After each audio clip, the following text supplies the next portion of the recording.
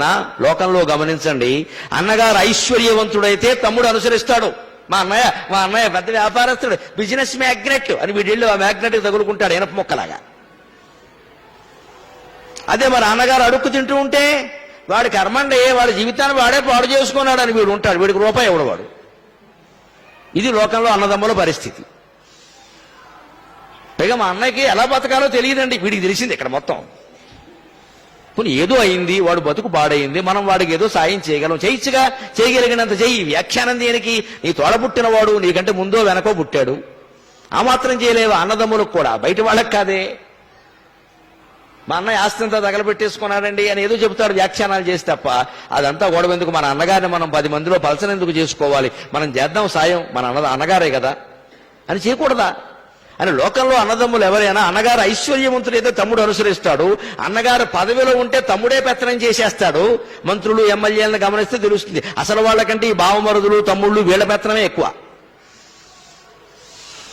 అన్నగారు పదవిలో ఉంటే తమ్ముడు అనుసరిస్తాడు, అన్నగారు ఐశ్వర్యం ఉంటే తమ్ముడు అనుసరిస్తాడు. ఐశ్వర్యము లేక పదవి లేక కట్టుబట్టలతో రాముడు వెళ్ళిపోతుంటే లక్ష్మణుడు అనుసరించాడే.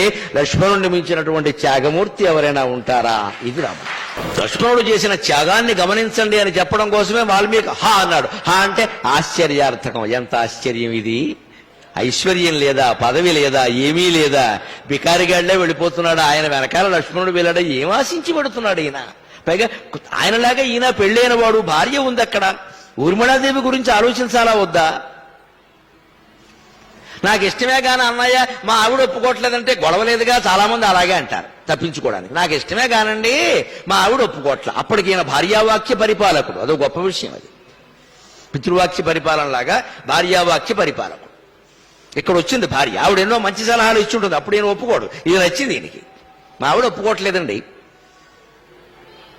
మరి ఆ మాట చెప్పచ్చే, ఏమీ చెప్పకుండా ఊర్మిళకి మాట మాత్రమేనా చెప్పాడో లేదో, ఆయన వెనకాల ఈయన వెళ్ళిపోయాడే.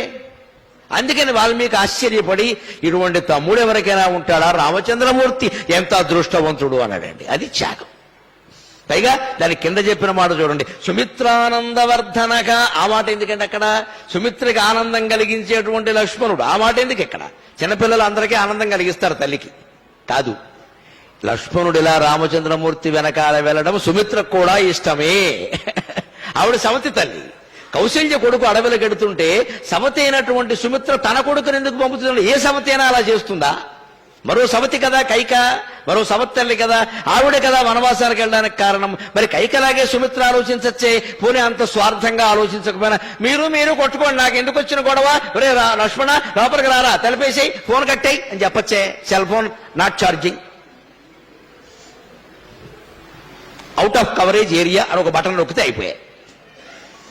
లక్ష్మణుడు వారు ఊళ్ళో లేరు, అంతే కదా. తల్లి తన కొడుకును కాపాడుకోదు, ఎందుకంటే పైగా తప్పు కూడా లేదండి. లక్ష్మణుడికి సంబంధం లేదు, సుమిత్రకి సంబంధం లేదు. అది గొడవ కౌశల్యకి కైకకి దశరథుడికి సంబంధించింది. హాయిగా పక్కకి తప్పుకోలేదు. లక్ష్మణ ఊళ్ళో రారా, మిరపసూనులు అవి ఉన్న లోపల తినమ్మా, కూర్చో, ఏమిటో అడిగి పని లేకుండాను అని అంటే ఆయన పని మా అమ్మ చెబుతుందని ఆయన మానేయిచ్చే. ఆవిడేం చెప్పిందంటే, పిలిచి లక్ష్మణుడు అరణ్యవాసానికి ఎడుతూ సుమిత్రకి నమస్కారం చేసి తల్లికి, అమ్మా అన్నగారు కూడా వనవాసానికి ఎడుతున్నానమ్మా, ఆశీర్వదించంటే ఆ తల్లి అంటుందండి, రామం దశరథం విద్ధి మాం విద్ధి జనకాత్మజాం. పురాణాలు చదువుతుంటే కళ్ళ నీళ్లు వస్తాయమ్మా. నిజంగా అనుభూతితో చదవాలి, అనుభూతితో చదవాలమ్మా. తర్వాత తీర్థం ప్రసాదం కోసం చదవకూడదు, అనుభూతి కోసం చదవాలి. గుండె కదిలిపోవాలి చదువుతుంటే, లేని దానికి ఎందుకు చదువు? రామం దశరథం విద్ధి మాం విద్ధి జనకాత్మజాం అయోధ్యామటవీం విద్ధి గచ్చతాత యథాసుఖం గచ్చతాత యథాసుఖం. ఆయన వేరే భావం మనస్సులోకి రానీకు. రాముడంటే దశరథుడే, సీతాదేవి అంటే నేనే. నన్ను దశరథుణ్ణి ఎలా సేవించావో లక్ష్మణ, సీతని రాముణ్ణి అలా సేవించు. రామం దశరథం విద్ధి మాం విద్ధి జనకాత్మజాం. ఎంత ధ్వని అండి. మా అంటే లక్ష్మీదేవి. ఆవిడ ఇంకో అర్థం కూడా చెబుతోంది, సీత మామూలు స్త్రీ కాదురా, సాక్షాత్ లక్ష్మీదేవిరా. మన అదృష్టం కొద్దీ పుట్టిందమ్మా మన ఇంట్లో, ఆవిడ్ని రక్షించడం నీ ప్రధాన బాధ్యతమ్మా, అందుకోసం పెడుతున్నావు.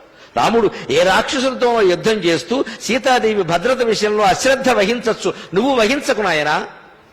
భర్త కాకపోయినా కొడుకైనా కాపాడాలి కదా తల్లిని. అందుకే నువ్వు అలా చూసుకో. సీత అంటే నేనే, రాముడంటే దశరథుడు. అంతేకాదు అయోధ్యాం అటవీం విద్ధి, అది అడవి కాదు నాయన, నువ్వు అయోధ్యనైనా ఉన్నట్టుగా అనుకో. యద్భావం తద్భవతి. గచ్చతాత యథా సుఖం. హాయిగా వెళ్ళిరా. హాయిగా వెళ్ళిరా ఏమిటండి? వెళ్ళేది ఏమన్నా విహారయాత్రక, విజ్ఞాన యాత్రక? మళ్ళీ వస్తారో రారో తెలియదు, 14 ఏళ్లు పైగా. ఇది సుమిత్ర. అందుకే అది గ్రహించిన వాడు కాబట్టి వాల్మీకి సుమిత్రానందవర్ధనక. లక్ష్మణుడు వెళ్లడంలో సుమిత్రకు కూడా ఎటువంటి ఇబ్బంది లేదండి, ఆవిడ అంగీకరించింది. ఇదండి రామాయణం. మానవత్వపు విలువలంటే ఇవి.